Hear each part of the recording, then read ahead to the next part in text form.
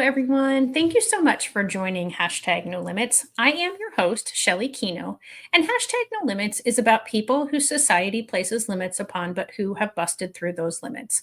Ophelia says in Hamlet, "We know who we are, but not who we will be." And I believe that to be 100% true, and that there is no better or more beautiful example than the caterpillar turning into the butterfly. Little quick science lesson here for those who don't know. The caterpillar literally dissolved back into its cells and then reforms into the butterfly. Now, that's the super simple scientific explanation. There's a whole lot more, but that's the basic gist of it. But it's not finished. Even after going through that, it has to struggle to get out of the cocoon for its wings to be strong enough to take it everywhere that it will soar. And I think that that has to be incredibly difficult, but so is busting through those limits that society places upon people. Mm. Today, we're going to talk about something, and I want to kind of give a little warning, maybe, about today's episode. We are going to talk about sexual abuse. And I just want to let you all know that up front so that you can tune out if you want to, or that you can prepare yourself for some of the things that might be discussed today. Please be sure, if you are watching, that you like and subscribe to this channel and leave us a hashtag live and where you're watching from, or a hashtag replay and where you're watching from. So I think all the business is out of the way. Welcome to my guest, Keeper. How are you today? Shelley, I am fantastic. Happy to be here at hashtag No Limits. I've been looking forward to this conversation. We're going to be getting into some things that could be triggering for people. And like you said, and I agree, if you need to back away, then back away. Protect yourself by all means. Come back. Shelley and hashtag No Limits will be here. You could always take it in chunks if you have to. So looking forward to spending some time with you. Thanks for having me. Yeah, absolutely. I very much appreciate your candor about this topic. It is something that typically my guests are people who have neurodiversity, or they've helped someone with neurodiversity, and people, especially girls, are that are neurodiverse have a 12 times more likelihood of being sexually abused, neglected, and human trafficked. Boys who are neurodiverse have a 7 time more likelihood of that happening to them. And so, while this is a very difficult topic, I think it is very important for a huge portion of my audience, but truly for every portion of my audience, for us to have some empathy and be aware of what's going on. And you have a very unique perspective that, until I talked with you beforehand, hadn't ever really thought about that perspective. So go ahead and introduce your background and who you are, and let's get this conversation rolling. Oh, absolutely. Just up front, I want to acknowledge the neurodivergent part of the conversation. I have a son who is neurodivergent, so I do have some background in that. With that said, I am Keeper Catran-Whitney. I am the author of the book Helplessness: The Emotional Health Challenges Brothers Experience Once We Learn Our Sisters Have Been Sexually Abused by Our Parents. It is from a brother's perspective, helplessness, and it is the very first book of its kind that not only asks the question, what do brothers go through, but answers the question, what do brothers go through? Because once the betrayal has been exposed or has come to light, no one ever asked the brothers, how do you feel? What are you dealing with? Is there anything you need? Can I help you with anything? We are often viewed as disposable. Our emotions around, once we have learned it, we're often viewed as taboo, or even worse, an inconvenient truth, a truth that no one wants to acknowledge. Brothers are dealing with stuff. We are very Mhm. often just put on a shelf, tucked away, and expected to deal with it on our own. And so helplessness looks at what happens to brothers emotionally. Because for me, it is not about the mental health aspect of it yet. It is always about the emotional trauma that we experience initially, and then where do we go from there? So I'm happy to be having this conversation with you, is, in particular, Shelley, just knowing your background. Well, thank you. As I said before, this is a perspective that I haven't thought about before. I've not thought about brothers or sisters, siblings finding out that their loved one has been abused by their parents. The people who, in I think most children's minds, are there to protect you and keep all of that bad stuff away. And so talk about the betrayal you said you felt when you heard that your sisters had been abused. Sure, perhaps it will be good to give everyone some context.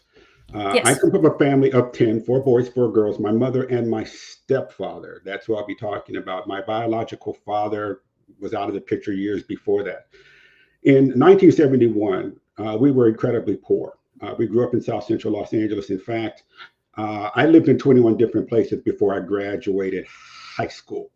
I Wow. went to 11 grade schools. I was homeless 3 times. We just could not make ends meet no matter what we did.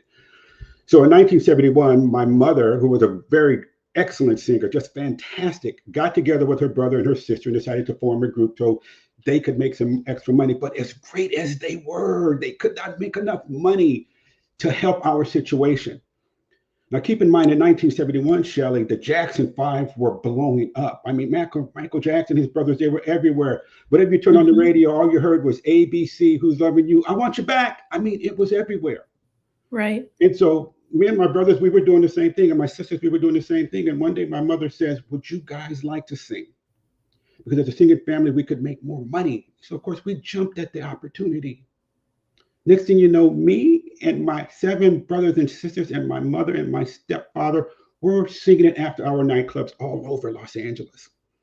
It was amazing. We had never sung before, but here we are singing in front of packed houses in nightclubs. One Saturday, Wow. we're rehearsing and the phone rings, and my mother says, shh, and walks over to the telephone and says, hello? Who? And she looks at us and says, Michael Jackson's on the phone. Yes, What? that Michael Jackson, soon to be king of pop, is calling our house. You Wow. got to be kidding me. Absolutely. It's what just happened. He wants to speak to the brother directly under me, child number 4. I am child number 2. My brother gets on the phone. Hello, all excited. Hangs up and screams, Michael Jackson said he's heard of us. Says for us to keep going, we'll get there someday. Now, what Wow. child could not build a life around dreams like that? I mean, you have just been coronated. I mean, the guy just said, you guys Right? are it. Jump cut 7 years later, 1977, I am a senior in high school. We are with United Artists Records and we are everywhere. We are doing concerts, we are doing TV shows, we're on the cover of magazines, we're everywhere. In 1977 is the same year Motown completes a 3-year exhaustive search to replace Michael Jackson and Jackson 5. And guess who they settled on? Oh my gosh. Me and my family. That's The Whitney, crazy.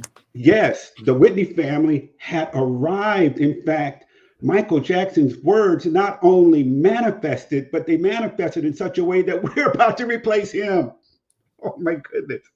In fact, the woman who discovered them to then the past is walking us through the front door to sign the largest new artist contract Motown offered anybody. Wow. Fame and fortune, I like to say the bus was outside, the engine was running, the door was open. All we had to do was step onto the bus and we were gone. A life of abject poverty is over. No more going to parks to get government cheese and milk and powdered eggs. Those days were over. We're about to sign this contract on a Thursday or Friday coming up. My oldest sister screams upstairs the Saturday leading up to it. And I'm thinking, okay. She says, boys, come downstairs, family meeting. This is it. We're about to find out when we're going to do this deal. I'm just too happy. I'm like, finally, finally, finally. I come downstairs and I walk into the living room. And as I walk into the living room, Shelley, my oldest sister is pacing back and forth in front of the archway leading into the living room, and she is pissed. Okay. She and my mom could get into it from time to time. And earlier that day, she Mhm. and my sisters and my mom were into it, going back and forth from bedroom to bedroom, bathroom, just screaming and whatever. I'm like, okay, it's the girls being the girls. It's my oldest Right. sister and my mom doing their thing. So I walk into the living room, and as I walk, I look at the couch, and my three youngest sisters are huddled in the far corner, not saying a word. This is really Mm. odd because all they ever did was laugh, joke, and tease. That's who we were. It was our core. We were just energetic. But here they are, not saying a word. Okay, that's odd. At the other end of the couch are my two youngest brothers. They're also quiet, but they're like me. They're like, what's up with the girls? Why is she pacing back and forth? Why are the baby girls, which is what we call them, the three youngest of us eight, why do they look scared? Oh, well, okay, I'm gonna go sit down. But as I go sit down, I look at my oldest brother who's standing behind my sisters at the far end of the couch, and we lock eyes on each other. And we're like, okay, fine. We're about to become rich. Whatever's happening here is not about, is just not going to be a thing. Mhm. So I sit on the couch between my youngest sisters and my youngest brothers. And within seconds, my mother and my stepfather enter. Now, my stepfather's 6'6", 250 pounds, and wore a huge afro wig that put his height over 7 feet tall. He's a Oh my mountain. gosh. Yeah, exactly. He's a mountain of a man. I'm like 5'8", 145 pounds. He swallows me whole if he wanted to. He walks, Shelley, and he sits in the brown recliner that's in the middle of the living room, and it clashes violently with the green carpet. But he goes and he sits down and immediately does this. Oh, What the hell? Is he sick? right? Huh. My mother, who's usually effervescent, bubbly like her children, is stoic. She's not smiling. And she walks to the middle of the living room and stands in front of this huge window that overlooks the outside. And she's glaring. And I notice she stops and locks eyes on my oldest sister. And if looks could kill, they would have killed each other. Oh my. I don't know what the hell is going on. Right?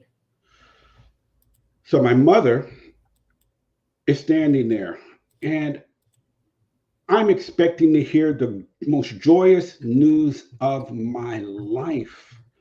No longer food stamps, no longer going into the streets to look for bottles to turn in for a bag of rice or a pound of ground beef. All those days were over now. We're about to replace the Jackson 5. Right. Now, I live in Southern California, and we have earthquakes all the time. In fact, in the past couple of months, we've had 8 or 9 earthquakes. They just happen all the time. Those, to me, are material in nature, meaning that there's nothing really emotional attached to the actual act of them, but Mhm. you do suffer some trauma and just some fear. And freeways crack, homes, they rack back and forth, trees Sure. are uprooted. Okay, a little rebar, a little concrete, a little, hammer and nails, pop, pop, pop, pop, pop, put it back together, back on the road, mow the lawn, back in the house. Those are material in nature. Right. My three brothers and I are about to be hit with three emotional earthquakes in a 10-minute span. We are about to hear the words no brother could ever prepare for, ever expects to hear. Earthquake number one. My mother looks at us with no emotion whatsoever, Shelley. None. And she says, your stepfather has been molesting your sisters for years.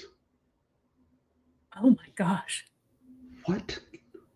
Wait a minute. What did you say? No, no, no. What did you say? I start dropping. I'm a brother. There's no way I could prepare for this. I'm about 16 or 17, and I don't know what to do. I am Right. being paralyzed emotionally. I would learn years later, this is what my sisters and mother were discussing that morning. This is the day we're going to tell the four boys. This is the day their brothers would know what has been going on for 6 years. The same 6 years ago when we started singing in Michael Jackson called Our House. Mm. No idea what's been going on. So I'm knocked backwards emotionally and I'm dropping into a void. I only remember three words that she said: liquor store, apartment, and park. Other than that, I am slow on uptake on everything because I am stunned. Sure. Earthquake number two. My mother says, I have known all along. What? What? What? You've known what all along? You have allowed this to happen, Shelley. I had no idea what PTSD meant in 1977, but Hmm. I am being engulfed with PTSD. Me and my three brothers, Yeah. none of us had any clue what was going on. Earthquake number three for me and my brothers is the most devastating one of all. And you probably say, what could be more devastating than that? Your brothers, you've just learned your sisters have been sexually abused by your stepfather, and we would learn it was horrific what they went through. In so much silence, they were just locked down from telling us boys, the typical threats. I will hurt Mhm. them, I will kill them, I will hurt you. All of those things that keep anyone who's dealing with sexual abuse usually locked in place, child or adult, it makes no difference. It Right. is enough to shut you down. Right. My mother has said what she says, but what got us, and this is why it's from a brother's perspective, what we carry in silence. My oldest sister, who's pacing back and forth, spins around and points a bony finger at her four brothers and says, you can't talk about it. It didn't happen to you. It only happened to us girls. And like that, relationships between brothers and sisters that were so incredibly tight because all we did was play together. We sang, we played together. We didn't gang bang. We didn't do anything. We didn't get into any trouble ever. Right. Those were done. And for a brother, what do you do? Where do you go when the most important people in your life that you need to talk to just told you we want nothing to do with you? It became a 45-year journey of shock and disbelief, guilt and shame, anger, betrayal, confusion, crisis, all of the fear and anxiety, loss of self esteem, woulda, coulda, shoulda moments that I should have handled but did not handle. But I'm a brother and I'm told you can't talk about it. And that's what happens to brothers because no one ever asks, are you okay? Right. Do you need anything? We are, as I said earlier, taboo, an inconvenient truth. So I have learned how to regulate, manage, and begin to heal And it took me 45 years to do so, to get to my sisters, to be able to recreate those relationships in a way that were healthy for all of us. And so that's the framework or the groundwork for our discussion. Because oftentimes, when it happens, the betrayal comes out, there are four groups involved, but it's usually three that are addressed: the perpetrator who committed the crime, the person who knew or enabled, in this case, it would be my mother. That's number two. And number three, obviously, it is my sisters. But no Right. one ever closes the loop for the family. What about the brothers? How do we help them? Now, I would learn years later and begin and understand why my oldest sister did what she did. Of course, she did what she needed to do. She's protected herself. She's protected her three youngest sisters. It took me a while to understand that. And if I'm in her shoes, I'm doing the same thing. Yeah. But the unexpected consequence is the shutting down emotionally of brothers who needed to talk. We didn't even talk to each other, my three brothers and I, about it, because we absorbed what was said so thoroughly, so completely. Do not talk about it. We never spoke to each other. And so I spend my time elevating the voices of brothers, bringing us into a conversation of which we are told you cannot participate, but you are expected to answer for your non participation. How do we do that? How do we bring brothers and sisters into a conversation that we can help each other and move the family in a direction that is healing, that is loving? We figured out some things along the way, but it took us 45 years. So I know Sure. we have questions and comments, and I'm looking forward to continuing our conversation. Wow. There was so much in that. So, from an educator's perspective, I am curious. I had a situation when I was in third grade, and my dad almost died from an accident. And I was in third grade in 1979. Um, and so, just like that phone call that you received, somebody had to go to the wall and answer that phone. There was no such thing as cell phones. There was no social media. There was no instant news. When I Mhm. went to school, this happened over the weekend. When I went to school on Monday, and the accident was in December, um, my teacher knew that something was up with me, Yeah, and came and spoke to me at her first opportunity to do so. I can't imagine the earthquakes, as you called them, and then going to school the following week. mm, What, and trying to resume a quote unquote normal life. Can you remember that? Can you kind of walk through like what yeah, happened in the rest of your school years too? Because I'm, again, as a teacher and somebody who is trauma informed, yeah, I imagine that there were things happening at school throughout the rest of your schooling. Well, you were a yeah, senior by the time you found this out, so yeah. That is a very good question, which is one of the reasons I was so looking forward to speaking to you, because I do speak to educators and schools.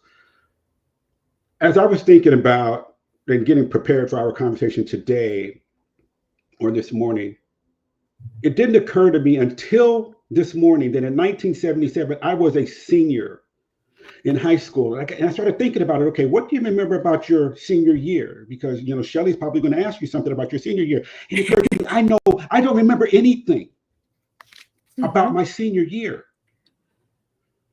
We were, or let me put it this way, I was in so much trauma after what I heard. I don't remember anything. I yeah, don't remember how I even got to graduation. I have yeah, no idea, because the the the impact of what I heard was so complete in shutting me down. I did not want to do anything. I literally did sure, not want to do a thing. And I look back on what it must have been like, not for me, But for my sisters, they are being sexually abused for 6 years, and they have to get up and go to school. They Yeah. have to interact with their family, their brothers, aunts, uncles. We're doing shows. We're still doing all this stuff. And they are somehow finding the capacity, the will. How it, at their age, I had no idea how they did it. But here they are, 5 and 6 years old and 7 years old, and they have found a way to go to school, to interact. It went a long way toward explaining why they would react to certain things their brother said. Like we would be playing, it could be on a Mhm. weekend, we could be playing a comics or playing something, just doing something. And the reaction that we would get did not match what was said or done from a brother's, perspective. They're like, well, why are Right. you, just reacting like that? Well, now I know. I know why it wasn't matching because they are in this place of abuse that is ongoing. And Mm. so, to your question specifically about me, I did graduate. I did immediately go to junior college, but I had to drop out because we still needed money. And I found myself not able to concentrate Mhm. in junior college. There was just too much going on. I'm constantly sitting in class thinking about my sisters, imagining I'm a brother. I'm imagining what has been happening to them. And in the book, Helplessness, which I'm so happy to say, three of my sisters contribute to helplessness. Mm. Two That's wonderful. brothers contribute, and I never thought that would ever happen. Right. But 45 years later, we were able to get there together. So I I didn't know how to handle it because in 1977, there were no documentaries, there were no books, there were no Right. courses. There was nothing for brothers. You could go to a library Right. and you could find something for sisters, but primarily for women Yeah. about sexual abuse. And I say that with so much humility because there never should be hundreds and thousands of books and papers about women having to overcome and deal with sexual abuse. It should never be a thing, but Right. it was. And so my sisters could go talk to someone if they wanted, but they were still young. But there was obviously nothing for brothers. And the same thing is in place for brothers today. There are no books, there are no documentaries, there are no movies, there is absolutely nothing for us. So from an education standpoint back then, I just had to try to figure it out on my own. And the fear and anxiety of the stigma of someone knowing, and I'm a brother, Mhm. and we're trying to keep this in, and we're still under contract with United Artists, so the deal with Motown falls through, and we owe United Artists a lot of money, so we have to keep going in some form or another. Oh, And wow. it because we had bills to pay, we had to eat. That was Sure. our only way of surviving off the money that United Artists was giving us. So I don't remember what happened to my education. All I know is that I graduated. That is it. I can't tell you anything. I did not have very many friends afterward because who was I going to talk to? Uh, Right. I don't. I don't know. I don't know how I got through it. I Like I think, said, I didn't think about and it I until have this no, morning. yeah, I Uh, have no scientific backdrop for this, but I think I'm a spiritual person, a faithful person, and I think that that's a way that God protects us, and just sort of bubbles us in. I feel like that when people pass away, when my dad passed away, I can't remember so many things yeah, that happened around that yeah, time, and for months after. People will say things to me, and I have no recollection yeah, of saying that or doing that and so I like I said, there's no science to my knowledge behind it, but I just think that's a protective measure. Um, and so I so appreciate what you said though about in junior college, a year, 2 years later, you are even months later, um, it you're still processing, um, Hmm. and and at that point, your adult brain is an adult brain, and you had strategies and skills and things that had been taught to you, and by that point your brain has developed to the point where you can process things and work through things and absorb things differently. But we have kids coming through schools today that are going sadly through similar situations to your sisters, Hmm. but maybe to your experience as well, that they know they've seen their sibling be physically abused, or they know there was sexual abuse going on.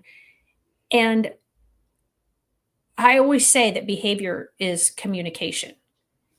And we, in my opinion, need to figure out what that behavior is communicating.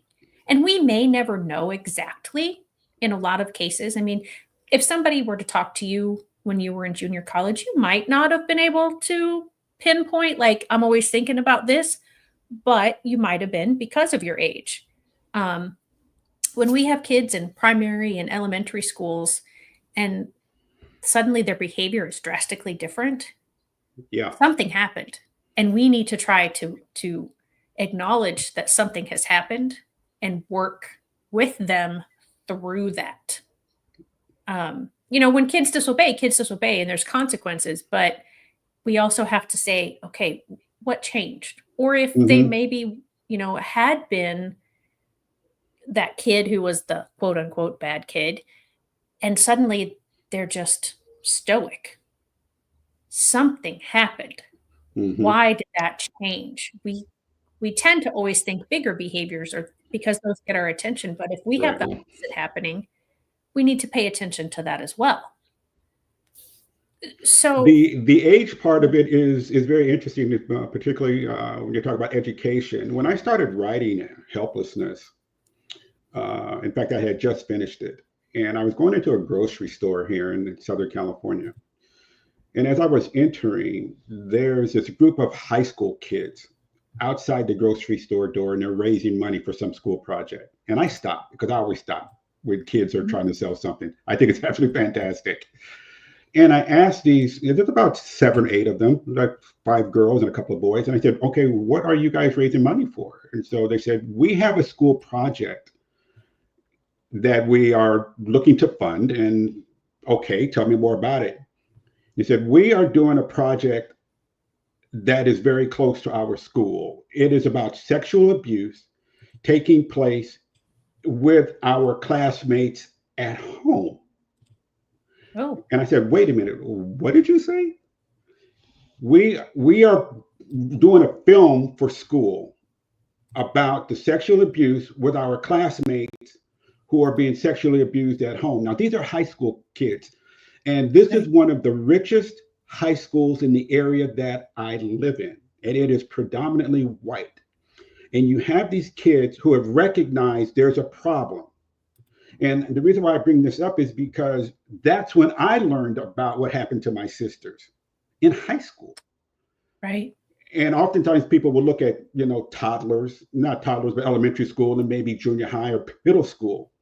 Mhm. But the proliferation of sexual abuse in the home really began to take off here in America during COVID, Sure. because a lot of Yep. students, they didn't have the ability to go out and hang out. And for those predators in the home, they had Yeah. what I call a built-in audience.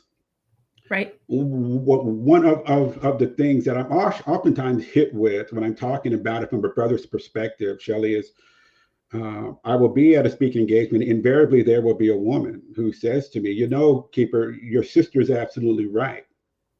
It did not happen to you boys. It only happened to them. So they're right. And I have two answers for that. And one is, well, you know what?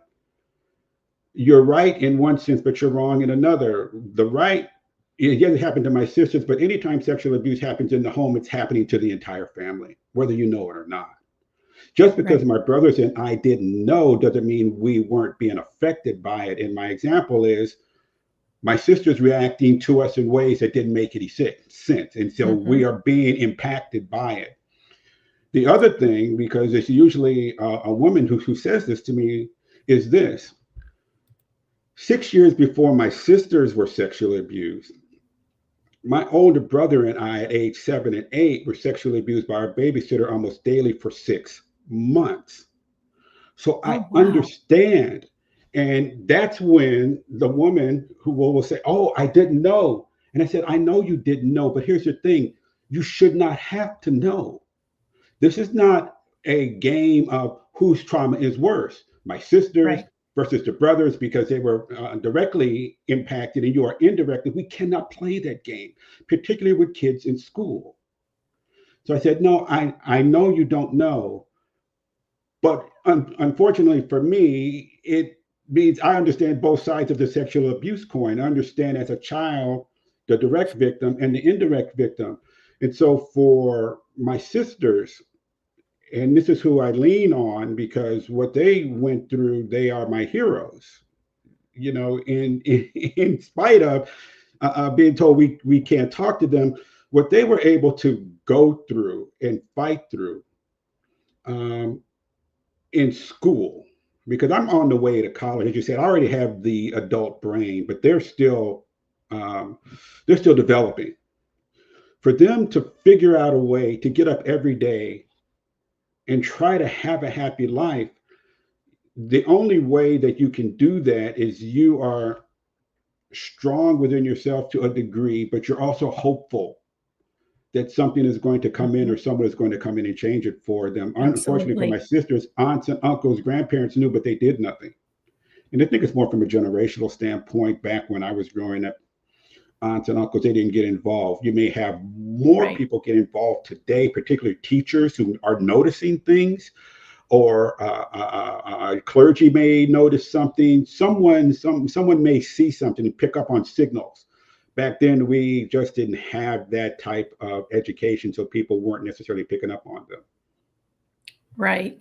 And what you mentioned before about the fact that your sisters told you that you couldn't talk about it, it makes perfect sense to me that you then lost friends and started to withdraw because I can 100% see the brain going, well, we can't talk about anything because of the fear that something that you're not supposed to talk about will Yeah, come out. yeah, yeah. And My so I'm sisters sure are you started to protecting withdraw. themselves. I get that, but like I said, Charlie, it took me a long time to come to grips with that, to accept that that was what was happening. Because initially, from a brother's standpoint, you want to protect. Your protective instincts. You want to do something, and Mhm. when you can't, this depression and isolation sets in. Yep. But something needs to be done. So the psychological and the emotional impact for brothers is devastating because we have no outlet. We have no place to go. The eroding of trust was one of the things that hit us right away. All of a sudden, our sisters did not trust us. They did not believe us, that we weren't allowed to engage with them. And so that is devastating, particularly because it's a family member. Oftentimes, people don't realize when it comes to children, and more teachers are being educated to look for signals. Our Right. parents are the most important people we know. They are the most powerful people on the planet for us. Everything that we know and love is determined by their reaction. Mhm. Whether we are doing well, you get the reward of the hugs, you get the reward of you're doing fantastic. Those things are so important. Excuse me. They're so important to a child, and when we don't, we crave it. And so when we don't get it, and I look at my sisters from this standpoint, if they did not do what my stepfather and my mother knew was being held against them, that love and appreciation would have been pulled back from them. And they are very young and they don't know how to navigate that or handle that, and neither did I. So you're trying to regulate emotionally. And how do you do that as a kid? It's Right. impossible because adults can't handle this news. How is a child supposed to do it? Exactly. And then go to school? Whoo! Yeah. My sisters, uh, amazing, amazing. And understand, I don't have great relationships with everyone anymore. The majority of them I Sure. do. Uh, but I think it's important when we talk about what's really happening and the type of support that we do or do not get, especially for brothers, that will determine who we will become as men, who we will grow to become. My initial thing was helplessness, the mental health challenges. But the more I thought about it, Shelley, I realized, no, that's not it. It's not a mental health problem. That comes later. The problem is the emotional health challenge, Hmm. because mental is logic thinking. It is isolation. You're alone. You're in your head. You're doing it all by your own. You're trying to figure out it. Oftentimes we go all over the place, usually not a healthy place. Emotion is feelings, it's shared experience, it's community. And we can't get the community, and the community could be your siblings, it could be your parents, it could be your teacher, it could be someone that you know. When you can't get that emotional trauma supported, then we go to the next place, which is mental. Because then you have to Hmm. go in your head. And as a little kid, you're going to shut down. And as you get older, you start thinking of ways of how to push back, which can be very dangerous. And for me and my brothers, particularly for me, it became very, very dangerous, a place that I went to. And that's because I'm older and I know that I could do or attempt to do some things physically. But as a child, my sisters became withdrawn. Me, I was a chronic stutterer as a kid. Mm. And part of what happened to me when I'm 7 years old, I'm in the second grade and I'm being sexually abused by my babysitter. I really started shutting down. I just didn't want to talk to anyone. Right. And as my siblings saw that I was not talking, they mistook my trauma as me just being grumpy. I Sure. wasn't being grumpy. I didn't know where to go. And so by them misunderstanding what was going on, I was then being teased by them. And so it's real important that teachers are able to pick up once again on those signals that you were talking about, because that goes a long way in helping a child get through school in a really positive way, but also figure out a way to protect them at home. Yeah, absolutely. So I have a really big question to ask you. Have you forgiven your mom for knowing and not doing anything? No, I think forgiveness for me requires that the individual show some degree of remorse. For me, there has to be something.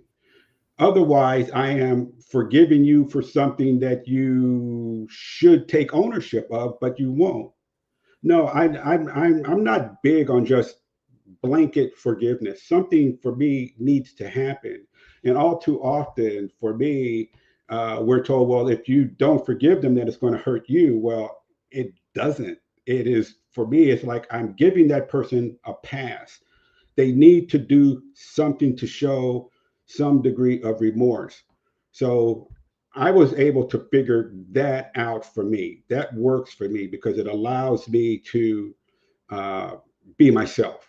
I know most people would look at it as, no, you keep her, you should give her so you can move on. Well, I have moved on, Mhm. but I have figured out uh, uh, that always saying just forgive.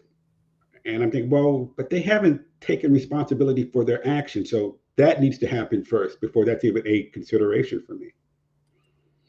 Okay. Next big question. Have you forgiven your sisters for telling you not to talk about it? Oh yeah. Oh yeah. Oh, the reason I was able to write Helplessness, I was going to a book seminar on how to write a book in 20 minutes, and I did that. I went down to San Diego. But knowing that I was going to write Helplessness, I decided to contact one of my sisters, and I love my sisters. I decided to contact my second sister. And from a forgiveness standpoint, I think it's more them forgiving me and my brothers. But I said there were moments where I should have done something along the way, and I did not because I was told I couldn't, and I didn't have the emotional wherewithal to find a way to, I've got to do this anyway. But ultimately, I was able to bring them some closure 45 years later by confronting my stepfather at a church.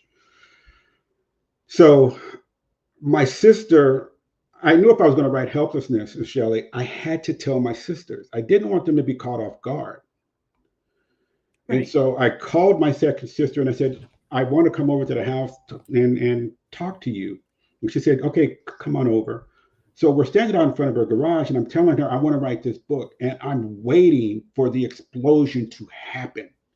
I'm waiting for the wrath to just come pouring out of her. How dare you? You know you can't talk about it. And keep in mind, my Right. sisters don't know what has happened to me and my older brother. They just found out maybe 10 years ago. We didn't tell anybody. They had no Okay. idea. And Okay. so my sister, after telling her I want to write the book, she says, of course you should write a book. All you boys should write a book. It's not a girl story. It's you boys' story. Of course you should write a book. And I didn't know what to do with that other than just Mm. break down in tears. I'm like, what? That's your reaction? After 45 years, that is what you're saying? No. I'm like, no, you're saying the wrong thing. Stop. You're supposed to be mad at me for having the gall to do this. But granted, it's a brother's story. It's my story, and it's a real story. But that's what she said, and that broke every shackle that I had. Mm. She gave me, and I understand I wasn't looking for permission because I'm going to do it anyway. Because brothers need to know this is what brothers go through, and also helplessness gives sisters insight into what brothers go through. When one of my sisters read the Right. book, she came back to me. She said, I had no idea. This is what you boys have been carrying all this time. I had no Right. idea. I thought you boys just didn't care. And I'm like, no, you said we couldn't talk. So we had nowhere to go. So I told my second sister, and all she did was she just gave me a hug. She said, of course. And that just speaks to time, Yeah. evolution, growth. And then I told two of my older sisters, my other sisters, including the one who said you can't talk about it. That's another trauma. Me picking up the phone to call her and hanging up. Blah, blah, blah, blah. Oh, no. Oh, because I'm so scared, Shelley. This is the Sure. one who said you can never talk about it. She's 11 months Right. younger than me. And this is just the trauma brothers carry. We want to still talk because along the way you hear how come you didn't see my tears?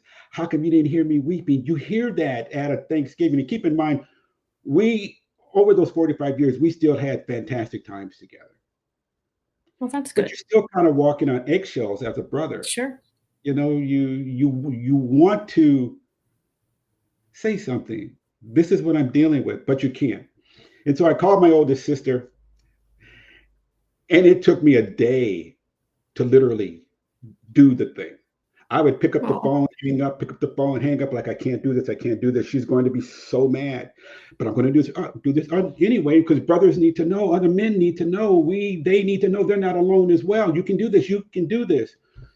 The next day, I pick up the phone. Oh, the previous day while I'm hanging up, more important things happen. I had to watch the paint dry on the fence outside.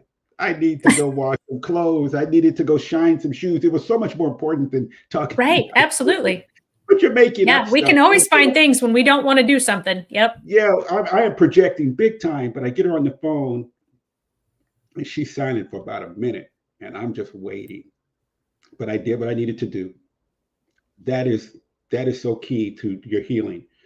is do what you need to do, or as the Dr. Susan Jeffers in the book Feel the Fear and Do It Anyway, I felt the fear and I did it anyway. Right. And so after a minute of silence, all she said was, okay. And I thought to myself, what? No. 45 years and all I get is okay? You can write it? But that's how we grew. And now my relationships with my sisters, our story ultimately ends as one of hope and triumph and resilience and surviving and thriving. But I have great relationships with three of them now, and I never thought that would have been possible. Starting out in school and them in elementary school, and us coming this far, but it was not easy getting here. And I know from a child sexual abuse standpoint, every day in America, at least 160 kids are uniquely sexually abused at home. Wow. Every day. So to put that in perspective, that means yesterday, 160 kids around America that we know of or that has been reported unique, Right. got up, went to school, played handball, played tetherball, played hopscotch, had recess, did all those things, went home, did their homework, hung out with their parents, and somewhere in the night, someone walked through their door 160 times. It will happen again Wow. tonight 160 times. It will happen again tomorrow 160 times, and the morrow after that, and the morrow after that. Mhm. So it's real incumbent that everyone be on the lookout, because a lot of times, because of the technology and what's available to us, we are more vulnerable than ever. Our children are more vulnerable than ever with everything, but especially this. So we have to be prepared to step in and help. Because in our case, we're aunts and uncles and grandparents who did nothing, and they each had their reason, but no reason was good enough. Because in stepping back, what you ultimately did was serve us up every day. Yeah. You put us in play every day. So we have to be able to recognize that this happens and understand the relationship between siblings, gender. Because for my sisters, I understood that what made me and my brothers instantly guilty was what was between our legs was between our stepdad's legs, and that made us guilty. And so we were guilty through proximity, if you will. Mm-hmm. And that doesn't help anyone. Children are incredibly vulnerable. And so I look at my situation and my brother's situation, and by extension, my sisters, as our story will not end in tragedy. I refuse to let it end in tragedy. It will be used to help, to educate, to elevate, to bring everyone to the table, to close that loop where it's not just the predator, the empowerer, and the direct victim. It closes the loop that needs to be closed that also includes the brothers. Otherwise, the family is still and remains at risk until it is done. Very true. And I so appreciate you sharing that perspective with me because it wasn't one that I had ever considered before. And I want to make sure to say, I presume that anyone who would like to buy your book can go to your website and purchase it through your website. Okay, so that website is Keeper Catran-Whitney, and it's KeeperCatranWhitney.com. I would love to talk to you for much longer. And I so appreciate your willingness to share what you shared today. This has been a very moving episode for me. And I have a feeling for those who were able to stay with us the whole time. I have put in the chat all of your social media. You're on Instagram, you're on TikTok, You're on YouTube, you're on LinkedIn, and I forgot to pull this one up. This time you're on Facebook as well. Please reach out to Keeper, and especially if you are the brother of someone that you know is being sexually abused, and get his book. I can only imagine. I have not read it, but I can only imagine that it is very powerful.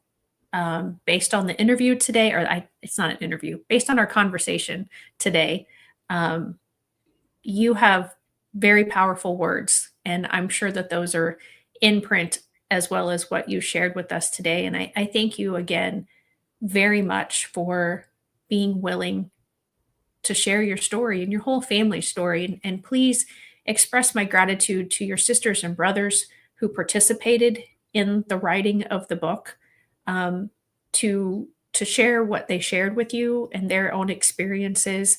In the book that I wrote, Those Who Can't Teach, it was a similar situation where families shared brutally honestly with me what it was like, either being the parent of a child who was eligible for special education, being the person themselves going through special education, or just being around. And so I found out a lot of things that I thought I knew about families that I had no idea about, and I'm sure that your book is the same way. So, Keeper, again, thank you so much for being here. God bless you. God bless your sisters and your mom and your stepdad. And I pray for healing for all of you. And I hope, and this was a question that I don't know if you can answer. We've got like 2.5 minutes, but have you forgiven yourself? That's the biggest question of all. Oh, yeah. Good. Oh, yes. Yes. Good. It's not always easy, just the process of it. But I owe that to my sisters. My sisters made it okay for me. So, yes, I have forgiven myself, because the realization is I did nothing wrong. But it's hard when you don't know, right? Absolutely. When you're feeling Absolutely. guilt, blame, and shame. But I didn't do anything wrong. But it took me a long time to come to grips with that. So, yes, I have forgiven myself. Wonderful. I'm glad to hear that. Well, thank you so much again. This is Thanksgiving week here in the United States. But when this airs as an actual podcast, who knows what time frame it will be. But I do want to wish you and your family happy Thanksgiving. Absolutely. And to all of my audience, happy Thanksgiving 2024. Be sure to like and subscribe so you do not miss an episode of #No Limits. Thanks, everybody. Have a great week.